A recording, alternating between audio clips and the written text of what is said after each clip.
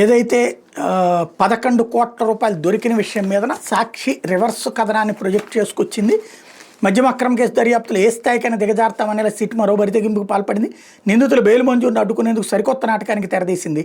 ఇన్నాళ్ళైనా ఒక్క ఆధారం చూపలేకపోయారని సాక్షాత్తు కోర్టు తప్పుపడ్డంతో ఇంకో కట్టుకథకు సిద్ధమైంది.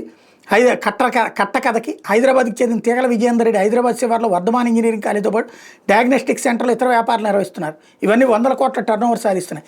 ఈ వర్ధమాన్ ఇంజనీరింగ్ కాలేజీ కేంద్ర బిందువుగానే సిట్ హైడ్రామాకి తెరదీసింది.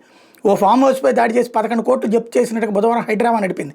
వర్ధమాన్ ఇంజనీరింగ్ కాలేజీకి చెందిన డబ్బును ఫామ్ హౌస్కు తరలించి రాజకేశ్ రెడ్డికి చెందినగా నమ్మించేందుకు సిట్ కుతంత్రం పనింది. టీడీపీ ప్రధాన కార్యాలయం స్క్రిప్ట్ ప్రకారం సాగిన ఈ పన్నాగం బూమరాంగ్ అయింది. మద్యం అక్రమ కేసులో న్యాయస్థానాన్ని తప్పుదారి పట్టించే సిట్ కుట్ర బెడిచికొట్టింది.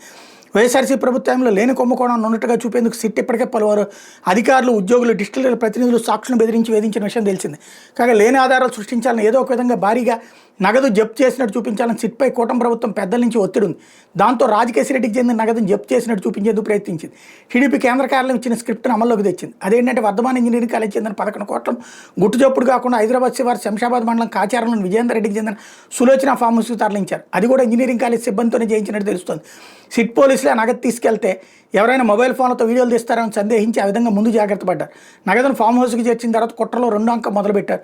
బుధవారం తెల్లవారుజాము సిట్ అధికారులు ఫామ్ హౌస్పై దాడి చేసినట్టు, 11 కోట్లను గుర్తించినట్టు, జప్తు చేసినట్టు డ్రామా రక్తి గట్టించారు. ఈ నగదంతా రాజకేశ్ రెడ్డిదేనని 2024 జూన్ నుంచి అక్కడ ఉంచారంటూ మీడియాకు లీక్ చేశారు.